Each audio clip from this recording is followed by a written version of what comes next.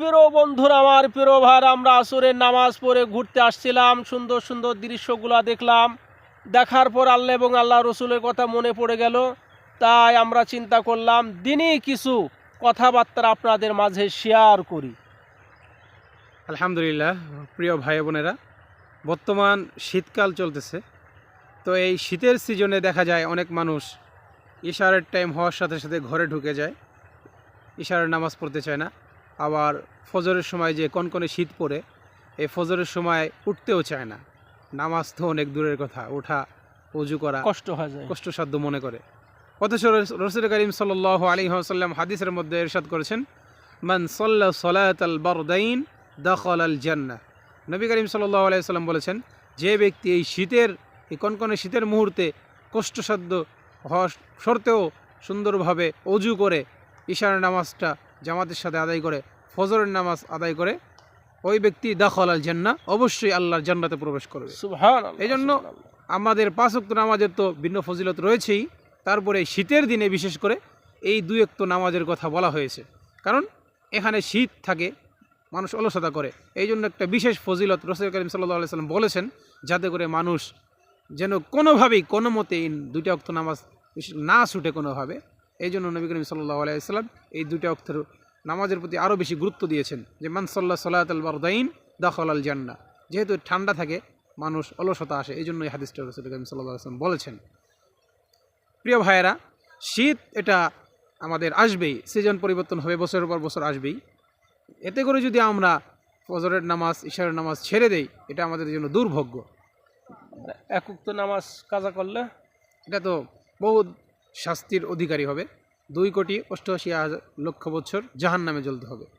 এটা একটা এক ওয়াক্ত নামাজ কাজা করলে, আর যদি ইচ্ছাকৃতভাবে ছেড়ে দেই, তাহলে তো একজন হিন্দু আর মুসলমানের মাঝে কোনো পার্থক্যই থাকে না। আজকাল গ্রামের মাঝে দেখা যায় যে মানুষ মুসলমান, কিন্তু নামে মুসলমান, কিন্তু তার সাথে হিন্দুর সাথে কোনো পার্থক্য নেই।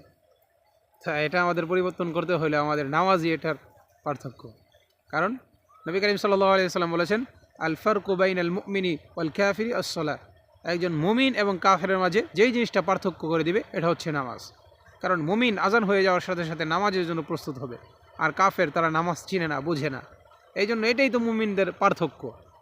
এটা যদি আমরা মুমিন হিসেবে আমরা নিজেদেরকে পরিচয় দিতে চাই, তাহলে আমাদের নামাজ পড়তে হবে।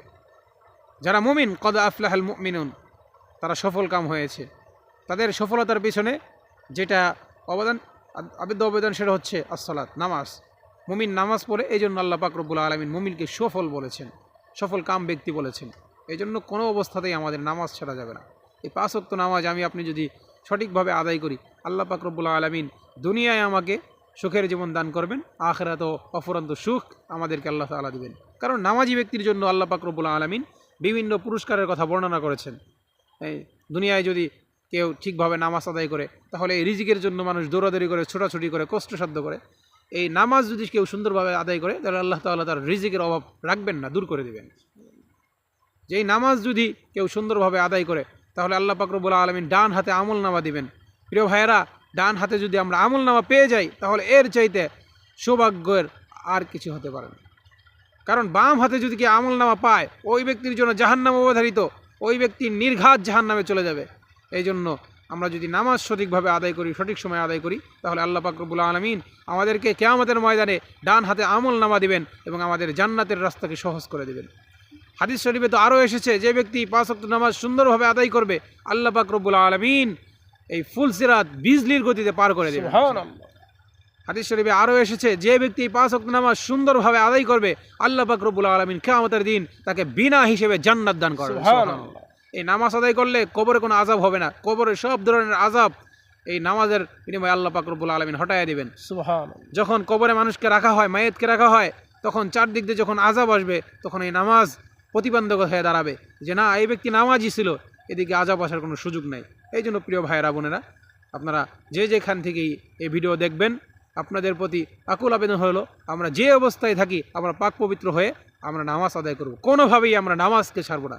আর প্রিয় ভাইয়েরা, এই যে আমরা যেই পেজটা দেখতেছি, এই পেজটা আমরা লাইক এবং কমেন্ট এবং শেয়ার করে আমরা পাশে থাকব, সাথে অল সাবস্ক্রাইব।